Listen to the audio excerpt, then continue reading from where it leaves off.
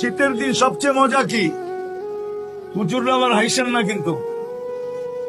শীতের দিন তো সবচেয়ে মজা হইল সকালবেলা ঘুমেরতে নামাজ পড়া, একটু হালকা পালকা খায়া চাটা, দুইজনে এক কম্বলের ভিতরে ঢুইকা আরামে ঘুমায় থাকে। আর চেয়ে মনে হয় সুখ দুনিয়াতে কিচ্ছু নাই।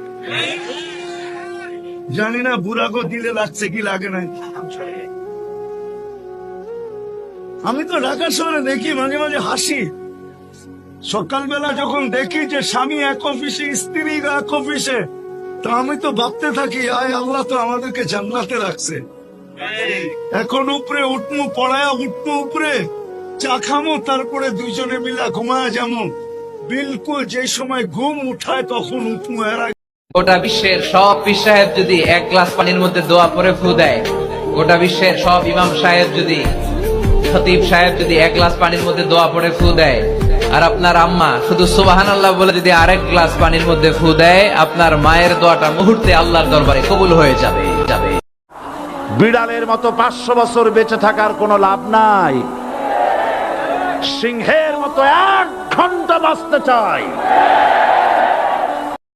দুনিয়া বড় স্বার্থপর, দুনিয়া কাউরে জায়গা দেয় না, দুনিয়া কাউরে জায়গা দেয়। এত মজবুত পাইলিং করে যেই বিল্ডিং বানাইলাম, দুনিয়া তারে থাকতে দেয় না। যাও বেটা যাও যাও। যাদের জন্য কাঁদি তারা উল্টা কাঁদায়, আরো কাঁদায়, আরো কাঁদায়। যাদেরকে বেশি দাম দিই তারাই পিছনে ছুরি মারে। যাদেরকেই উপকার করি তারা একসময় পিঠের পিছনে ছুরি মেরে দেয়। কেউ কারো মনে আঘাত দিলে সে কখনো ভিতর থেকে শান্তি থাকতে পারে না। এই কথাটা মনে রাখবেন। অনেক সময় আপনার মনে হতে পারে যে আপনাকে কষ্ট দিয়েছে, দুঃখ দিয়েছে, সে এত ভালো আছে কেন? সত্যি কথা বলতে তার চেহারা দেখেন, একটু ভিতরটা দেখেন, তার রাতটা দেখেন, তার ঘুমটা দেখেন, দেখবেন যে সে ভিতর থেকে শান্তিতে নাই, শান্তিতে নাই। মনে রাখবেন যে আল্লাহর সৃষ্টিকে অশান্তিতে রাখে, আল্লাহ কখনো তাকে শান্তি দেয় না। আপনি আমি যদি একটা কনসেপ্টে চলে আসতে পারি, প্রত্যেকটা স্বামী স্ত্রী যদি একটা কনসেপ্টে চলে আসতে পারে, সেটা কি?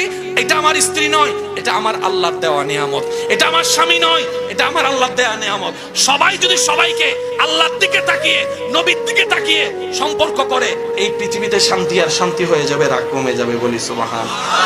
যখন দেখবেন কোরআন আপনার বাসায় পড়ে আছে আর কোরআনের উপরে ধুলা জমে গেছে, তখন বুঝবেন যে আপনার কলবেও ধুলা জমে গেছে।